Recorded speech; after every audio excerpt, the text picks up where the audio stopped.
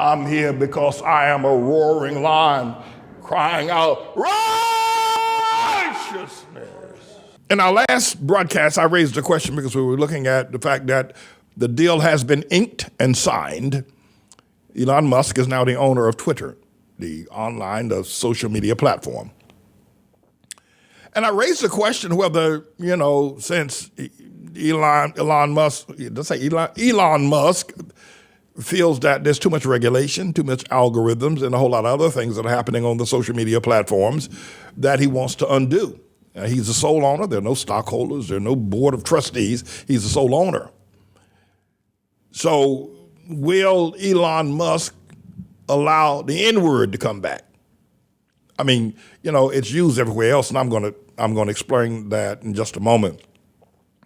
But in my last statement, I wasn't clear about Elon Musk's position towards same-sex marriage.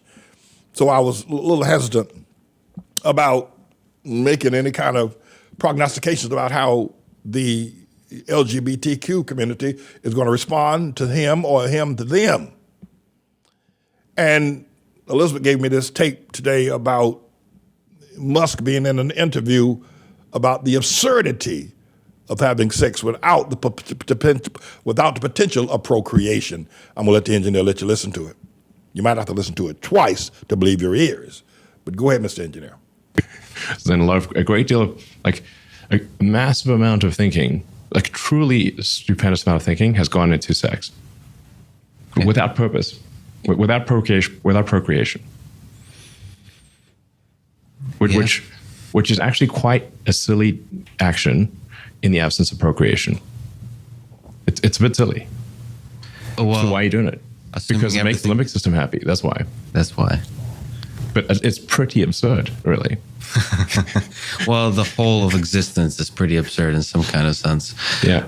But I mean, this is a lot of computation has gone into how can I do more of that with procreation not even being a factor. This is, I think, a very important area of research by NSFW. An agency that should receive a lot of funding, especially after this conversation. I propose the formation of a new agency. Oh, boy. All right, let me just explain it. I mean, I'm sure you caught it, and I know you did, but we're going to check it out one more time. The video opens up with Elon Musk speaking about the absurdity of having sex without procreation as the purpose of having sex. Now, obviously, man having sex with another man, there can be no procreation. Woman having sex with another woman, there can be no procreation. And all these other queers and lesbians or whoever they are in the alphabet soup, that Elon Musk feels that it's absurd. That's 2 degrees above stupid to have sex when there's no procreation possible. Now, his interview was put back a little bit. He's interviewing the world's most famous man, the world's richest man. So he pushed back a little bit and said, well, there are a whole lot of things in I think in our universe that's absurd. But that wasn't what the point was. That was a way of trying to get out of it. He was trying to not offend Elon Musk. But Elon Musk is pretty sure of himself with respect to the fact that what gay people are talking about and their whole business about same-sex marriage is stupid or absurd. Let me not put words in his mouth. It's absurd. One more time, Mr. Engineer. Then a great deal of, a massive amount of thinking, truly stupendous amount of thinking has gone into sex. Yeah. Without purpose, without procreation. Which is actually quite a silly action in the absence of procreation. It's a bit silly. Well, so why are you doing it? Because it makes the limbic system happy. That's why. That's why. But it's pretty absurd, really. Well, the whole of existence is pretty absurd in some kind of sense. Yeah. But I mean, this is a lot of computation has gone into how can I do more of that with procreation not even being a factor. This is, I think, a very important area of research by NSFW. An agency that should receive a lot of funding, especially after this conversation. I propose the formation of a new agency. Oh, boy. I think that I'm going to make an effort to, we don't have a lot of guests on our Manning Report show, but I'm going to make an effort to ask Musk if he would talk with me. Because I'm sure there's several things that bothers him greatly. One is that people like Dave Chappelle, Chris Rock, a whole lot of people can use the N-word, right? And on stage, and these pinch-nosed Negroes, people like Eddie Glaude and Cornel West and, Michael Eric Dyson and Van Jones and Don Lemon and a bunch of others will go to the show, pay good money for seats up front to hear Dave Chappelle use the N-word. Every other word is the N-word or something else worse. And they'll sit there with their white friends, and everybody will just laugh and roll all over the floor. I mean, and they still watch Richard Pryor movies. The N-word is crazy. These pinch-nosed Negroes and these hypocritical white people, right? They roll all over the floor listening to these comedians in a public setting use the N-word. But now when it comes to a social media platform, a person such as myself, if I use it, they want to excoriate me, want to put me in jail. Here, that's racism. That is racism. That is rank racism. Calling people by that name, that's an ugly word, and we should remove it from our vocabulary. What is it with these black people? What is it with them? They laugh at it when Richard Pryor or Chris Rock or Dave Chappelle, any of them. But now when the preacher uses it, all of a sudden, or anybody else for that matter. And by the way, remember, Whoopi Goldberg, they got rich using the N-word on stage and every place else. Now she's on The View, right? And she said, well, we can use it, but y'all can't use it. Oh, God. What is it with these people? I'm telling you. The Lord sent me to them, and I ain't leaving. But they got trouble. Don't you call me the N-word, but we can call each other the N-word, but you can't call me because you're white. But then you sit there in the movie watching Richard Pryor or Dave Chappelle use the N-word, and you and your white partner just laugh and laugh and laugh and laugh. You couldn't get enough of.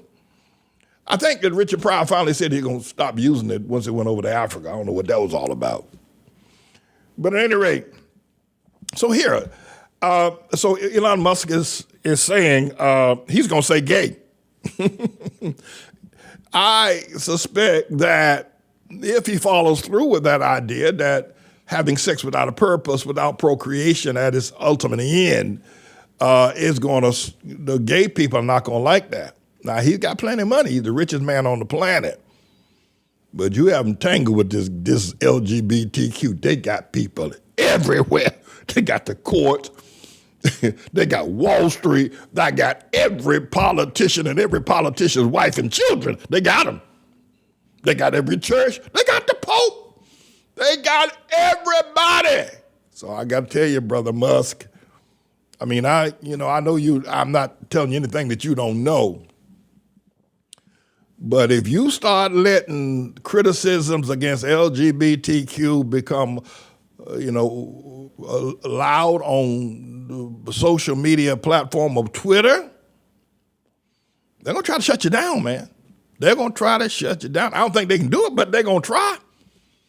But I made the statement the other day that if Bruce Jenner's mother had been a lesbian, then we wouldn't have any Bruce Jenner. You have to think about that for a second. And what I'm trying to say is that you just can't censor free speech. You can't say, we can say the N-word because we are comedians, but non-comedians can't say it. We censor it being said by preachers or by other people. And you can't say because we find speaking against homosexuality is against community standards on the social media platform, you have to understand that is censorship of speech. That is censorship saying there is no freedom of speech on social media platforms. You say what the community says, not what the Constitution says. They take you down off of Facebook, which they've done with me, and YouTube, they'll say, well, we don't care what they don't say we don't care what the Constitution says. That's not what they say. What they say is the community guidelines, our guideline,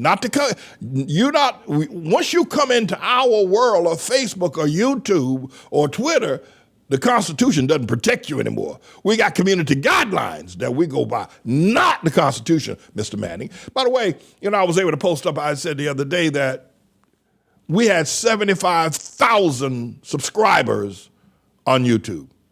75,000. Now, that's not as many as a whole lot of other folk got. But that's a pretty good chunk of people. 75,000 subscribers. I can send out a video and 75,000 people can be made aware of it, whether they watch it or not. And then in the course of the time I was on YouTube, we ranked up 63 million views. 63 million views.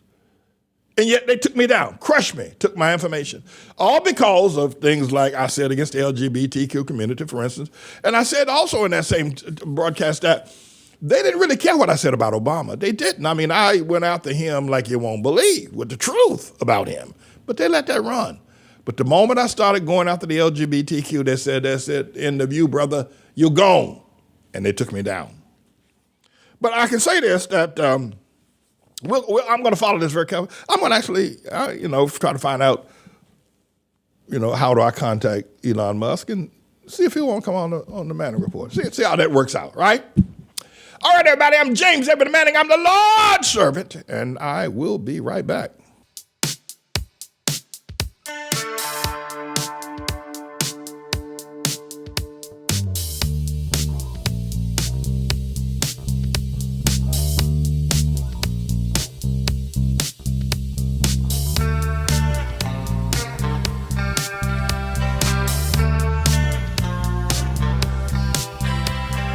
Child of the King is serving at all times. I am strong and I am blessed. I am special because of the Lord. Ooh, child of the King. Ooh, child of the King, child of the King, child of the King. I am chosen by God, a member of His royal family. I will succeed in all my studies, because the Lord is with me.